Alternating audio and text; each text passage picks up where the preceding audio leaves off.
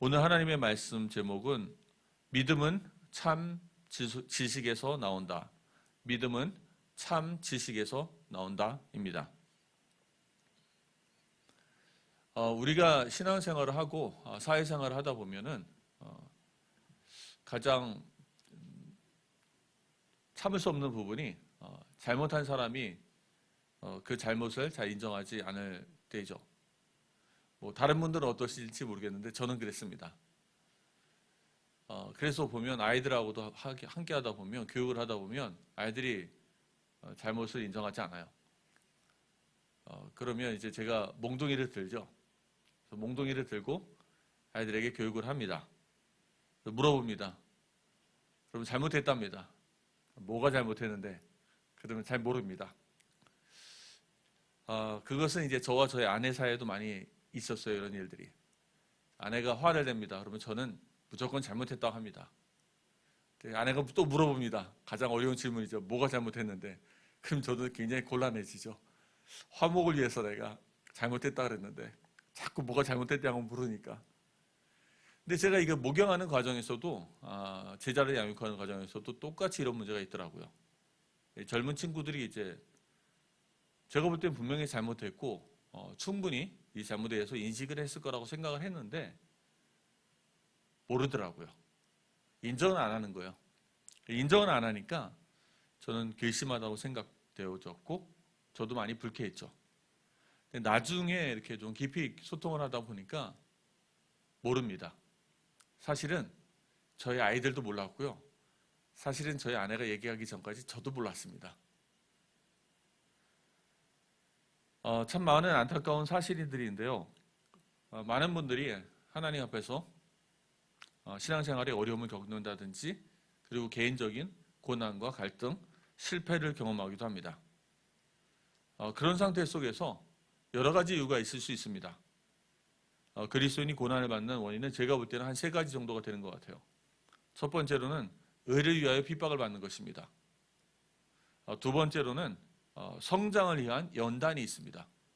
이것은 하나님이 주시는 것이고요. 주로 욥에게서 드러난 사건입니다. 이해할 수가 없죠. 의도 아니고요. 핍박도 아닌데 하루아침에 모든 것이 무너집니다. 그리고 세 번째는 뭐냐면 죄로 인한 징계입니다. 어떤 게 가장 많을까요? 제가 볼 때는 두 번째와 세 번째가 가장 많은 경우인 것 같아요. 그래서 오늘 이런 상황은 주로 무엇을 말하냐? 호세아에서 이런 상황은 주로 죄로 인한 징계를 말하고 있습니다. 많은 사람들이 회개하고 돌아오면 하나님이 축복해 주시고 또한 많은 사람들의 그런 회개를 받기 원하시는데 사람들이 자기의 잘못을 잘 인정할 줄 모릅니다. 죄가 죄인 줄을 잘 모르는 거예요. 창세기 3장에서 아담과 하와가 자기 죄를 인정하지 않고 자꾸 죄를 전가하죠. 여러 가지 이유가 있을 수 있습니다. 잘 알면서 그럴 수도 있는데요. 사실은 우리의 영이 흑암에 쌓이고 불신앙이나 많은 것에 쌓이게 되고 세속적인 것에 쌓이게 되면 잘 모르게 됩니다. 자기를 감추고 있어요. 잘 모르는 거예요. 그곳에 말씀과 생명이 비치고 비춰져야 하는 것입니다. 그래서 오늘 말씀을 보면은 8장 1절에 보면 이스라엘이 무너진 것에 대해서 하나님이 분명하게 경고하십니다. 그 원인에 대해서 얘기하고 계세요. 8장 1절에 보면 나팔을 내 입에 댈지어다 이렇게 얘기하시죠. 나팔을 분다는 것은 고대에서 2가지를 의미합니다. 첫 번째는 뭐냐면 종교적 모임이에요. 절기와 회중을 모을 때 나팔을 붑니다. 꼭 우리 예전에 교회 새벽에 4시에 새벽 종이 울리듯이 새벽 예배 종이 울렸잖아요. 그런 것처럼 이제 나팔을 부는 겁니다. 그러고 보니까 지금은 또 주일날 보통 예전에는 제 기억 속에 막 11시, 10시 뭐 이렇게 되면 교회 종들이 많이 울렸던 것 같은데요. 지금은 게 많이 없어졌죠. 그리고 또 하나는 전쟁에 대한 경고입니다. 적이 침입할 때 백성들에게 알려서 성벽을 지키도록 하기 위해서 나팔을 붑니다. 그러면 나팔을 내 입에 댈지어다 이거 무슨 얘기일까요? 전쟁에 대한 경고입니다. 하나님은 호세아에게 주저하지 말고 백성에게 심판의 소식을 담대히 알리라고 말씀하고 있습니다. 사랑하는 성도님들, 죄의 결과는 숨길 수 없는 심판을 가지고 옵니다. 하나님은 분명히 자기의 백성에게 말씀하십니다. 원수가 독수리처럼 여호와의 집에 덮치리니, 여기서 원수는 앗소르를 말하죠. 독수리처럼, 독수리가 하늘에서 그 토끼를 보면 급습을 하잖아요. 하강을 하면서 독수리를 그 토끼를 낚아챕니다. 그렇듯이 여호와의 집에 덮치리니, 여호와의 집은 이스라엘 공동체를 말합니다. 죄를 짓고 하나님을 버리고 자기 마음속에 우상이 가득한 그러한 백성을 하나님이 더 이상 보호하지 않게 해서 하는 것입니다. 하나님은 거룩하시기 때문에 하나님을 떠나타는 그 자체가 바로 영적으로 도덕적으로 죄악에 빠졌음을 의미하고 있는 것입니다. 그리고 그 뒤에 분명히 말씀하십니다. 이는 그들이 내 언약을 어기며 내 율법을 범하였습니다. 무너진 신앙, 무너진 삶, 어려움에 대한 분명한 이유를 말씀하고 계신 것입니다. 심판의 원인은 단 한 가지였습니다. 정치 외교적인 이유가 아닙니다. 오직 언약을 버렸고 오직 율법을 범하였기 때문인 것입니다. 언약을 버렸다는 것은 무슨 얘기입니까? 하나님의 백성으로 예수 그리스도의 피를 통하여서 구속함 받아서 하나님과 언약의 관계 속에 들어갔는데 그 그리스도를 거부한 것입니다. 그리고 또한 그분의 말씀, 율법을 거부한 것입니다. 순종과 거룩한 삶을 거부한 것입니다. 하나님 나라를 거부한 것입니다. 다시 옛날로 돌아가겠다는 얘기예요. 사랑하는 성도님들, 저는 대한민국의 위기가 북한과 중국과 러시아나 혹은 일본 때문이라고 생각하지 않습니다. 대한민국의 위기는 바로 하나님이 대한민국을 지키시지 않는 것입니다. 하나님의 영이 교회를 떠나는 것이 가장 무서운 것입니다. 대한민국이 교회가 먼저 빛과 소금의 역할을 감당해야 될 줄 믿습니다. 말씀을 회복해야 돼요. 그리고 회개를 회복해야 합니다. 그러나 이스라엘 백성은, 당시 이스라엘 백성은 언약을 가볍게 여기고 율법을 무시했습니다. 십자가를, 그리스도의 사랑과 공의를 버린 것이죠.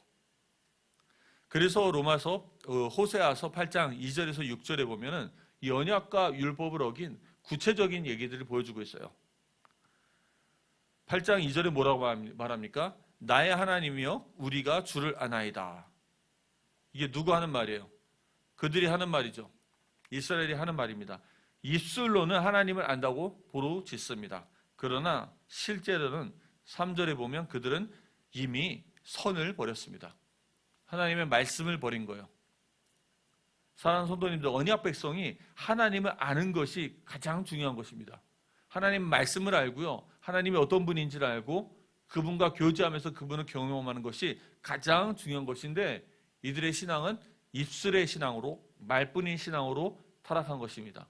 저는 이것을 입만 복음이라고 얘기했어요. 말만 복음입니다. 입만 복음은 스트레스도 없습니다. 입만 복음은요, 스트레스도 없지만 세상을 이길 힘도 능력도 없습니다. 입만 복음은요, 사람을 방종하게 만듭니다. 8장 4절에 보면요, 실제적으로 그들이 삶 속에서 중요한 문제가 나오는데 선택을 했을 때는 하나님이 없었어요. 그들의 이익과 계산만 있었을 뿐입니다. 그래서 8장 4절에 보면 그들이 왕들을 세웠으나 내게서 난 것이 아니며 나는 모르는 바다. 무슨 얘기입니까? 하나님께 묻지도 않았다는 거예요. 하나님의 말씀을 구하지도 않았다는 것입니다. 하나님의 말씀을 공부하지도 않았다는 거예요. 신명기 17장에 보면 왕은 어떻게 세워야 된다고도 분명히 말씀하고 계십니다. 어떤 왕을 어떻게 세워야 될지도 말씀하고 계세요. 그러나 이 북이스라엘은 왕조를 세우고 바꾸는 일을 자기 욕망과 정치적인 이해관계로 결정했습니다. 북이스라엘은요, 210년, 209년의 기간 동안에 19명의 왕이 바뀌었습니다. 그리고 9개의 왕조가 바뀌어요. 왕조가 바뀌었다는 것은 성씨가 바뀌었다는 거죠. 그 이상은 절반 이상이 구테타를 일으켰다는 겁니다. 유혈 혁명을 통해서 나라를 바꿨다는 거예요. 그들 마음속에 충만한 것은 하나님의 언약이 아니고 하나님의 율법이 아니고 오직 자기의 이익과 계산입니다. 여로보암도 반역을 했죠. 그리고 금송아지 대단을 세웁니다. 바사와 오므리와 예후도 다 쿠데타를 일으킵니다. 하나님의 주권을 인정하지 않고 자기 욕심과 필요대로 왕과 지도자를 바꾸고 세웁니다. 바벨탑과 같은 인생입니다. 사랑하는 성도님들, 세상 사람들은 이렇게 살아도요, 하나님이 당장 벌하지 않습니다. 왜냐? 세상 사람들은요, 하나님의 계획을 위해, 이 땅의 통치를 위해 그냥 남겨두세요. 그리고 마지막 때에 가서 심판하십니다. 그러나 언약 백성은 다릅니다. 자기의 백성은 하나님의 이름이 거기 걸려 있습니다. 그래서 자기의 이름을 위하여, 자기의 의를 위하여서 하나님의 백성은 건드리십니다. 징계하세요. 심판하십니다. 사랑하는 성도님들, 징계를 받으시는 분들은 자기가 하나님의 백성임을 확인하시기 바랍니다. 하나님이 사랑하시는 거예요. 그런데 막 살아도 징계가 없다, 막 살아도 잘 산다, 절대 부러워하지 마시기 바랍니다. 그는 구원받은 사람이 아닙니다. 그는 몰래 숨어들어온 마귀가 심은 씨앗이요, 가짜 그리스도일 뿐입니다. 절대 부러워할 필요가 없어요. 8장 4절과 6절에 보면은 그들은 음과 금으로 자기로의 우상을 만들고요, 사마리아여 내 송아지는 버려졌노라. 송아지를 만들었죠. 잘 아시다시피 여로보암이 베델과 단에 금 송아지를 세웁니다. 하나님 대신에 섬겼습니다. 그러나 성경 분명히 경고하고 있었습니다. 너를 위하여 우상을 새겨 만들지 말라. 우상의 본질은 무엇입니까? 자기 사랑입니다. 내 사랑이에요. 가장 큰 우상은 바로 우리 자신입니다. 나를 사랑하는 거예요. 사랑하는 성도님들, 우상이 있다는 것은 나를 가장 사랑한다는 것입니다. 내 이익이 가장 우선순위에 있던 거예요. 하나님의 언약과 말씀은 다 저버리고요, 내 감정, 내 이익, 내 생각이 우선순위였습니다. 결국 8장 7절에 말합니다. 바람을 심고 광풍을 거두리라. 그들의 결국은 무슨 얘기입니까? 바람을 심었다는 얘기는 바로 그들이 심은 것은 헛되고 공허한 것이라는 것입니다. 참된 지식이 없어서 자기 중심으로 변한 신앙들은, 모든 선택들은 바람과 같이 아무런 의미도 없고 실체가 없다는 것입니다. 그리고 그 결과는 광풍과 같다는 것입니다. 무엇입니까? 파괴적이고 거대한 심판이 온다는 뜻입니다. 하나님이 없는 종교, 말씀이 없는 신앙은 결국 심판과 파멸이라는 광풍을 불러옵니다. 그뿐만이 아닙니다. 심은 것이 줄기가 없으며 이삭은 열매를 맺지 못할 것이요, 씨앗을 심어도요 줄기가 자라지 않습니다. 그리고 이삭이 자라도 열매가 없어요. 텅텅 비어 있습니다. 이것은 생산성이 없는 신앙, 열매 없는 신앙을 말하고 힘과 능력도 없는 신앙을 말합니다. 예수님이 말씀하셨죠. 나는 포도나무에 너희는 가지라. 사람이 내 안에 거하지 아니하면 가지처럼 밖에 버려져 말라지나니 사람들이 그것을 모아다가 불에 던져 사르느니라. 생명이 없는 거예요. 힘도 없고 능력도 없습니다. 말씀도 없고 순종도 없고 회개도 없는 신앙은 아무런 힘도 없습니다. 혹시 열매를 맺었다고 쳐도요, 그 열매를 누가 먹죠? 이방 사람들이 와서 먹습니다. 사랑하는 성도님들, 우리가 열심히 노력해서요, 그 재물이 헌금도 드리고요, 그리고 또한 우리 자녀들을 키우고, 그리고 우리 삶을 영위하고, 이럴 수 있는 것만으로도 감사하시기 바랍니다. 이것도 하나님의 보호하심이 없으면요, 그냥 구멍 새듯이 뻥뻥 새는 겁니다. 아이가 아프면은 셀 수도 있고요, 그리고 재투자를 했는데 확 셀 수도 있고요, 좀 욕심이 나서 잘못된 데 투자했다가 다 날릴 수도 있습니다. 하나님 없는 신앙은 결국은 지켜낸 열매도 없게 됩니다. 사랑하는 성도님들, 호세아는 이러한 이스라엘의 껍데기 잎만 복음의 이유를 말합니다. 호세아서 4장 6절이죠. 내 백성이 지식이 없으므로 망하는 도다. 많은 분들이 이렇게 얘기합니다. 난 다 알고 있어요. 이렇게 얘기를 하다 보면요, 다 안 돼요. 다 알아. 네가 말하는 건 내가 다 알아. 다 아는데 점점점 이렇게 쭉쭉 나갑니다. but 그러나 이렇게 쭉 나가죠. 사랑하는 성도님들, 여러분들 하나님 말씀 잘 알고 계십니까? 이 말씀을 듣는 모든 성도님들, 진짜 하나님의 말씀을 잘 알고 계십니까? 제가 사역했던 결과는 다 아는 척 하시지 껍데기만 알고 있고 자세하게, 클리어하게, 디테일하게 하나님의 말씀을 알고 있지 못합니다. 다 그냥 자기 생각으로 알고 있어요. 자기 기준으로 하나님의 말씀을 알고 있습니다. 이 백성이 이랬던 거예요. 이스라엘 백성들이요, 하나님 떠나 우상을 섬기는 게 아니고요, 금송아지를 만들어 놓고요, 이 금송아지를 하나님이라고 한 겁니다. 이것은 지식에 대한 부족입니다. 금송아지가 하나님이 될 수 없다는 사실을 모르는 거예요. 율법을 모르는 겁니다. 하나님의 말씀을 자세하게 배우는 것이 아니에요. 사랑하는 성도님들, 참된 믿음은 어디서 나온 거였습니까?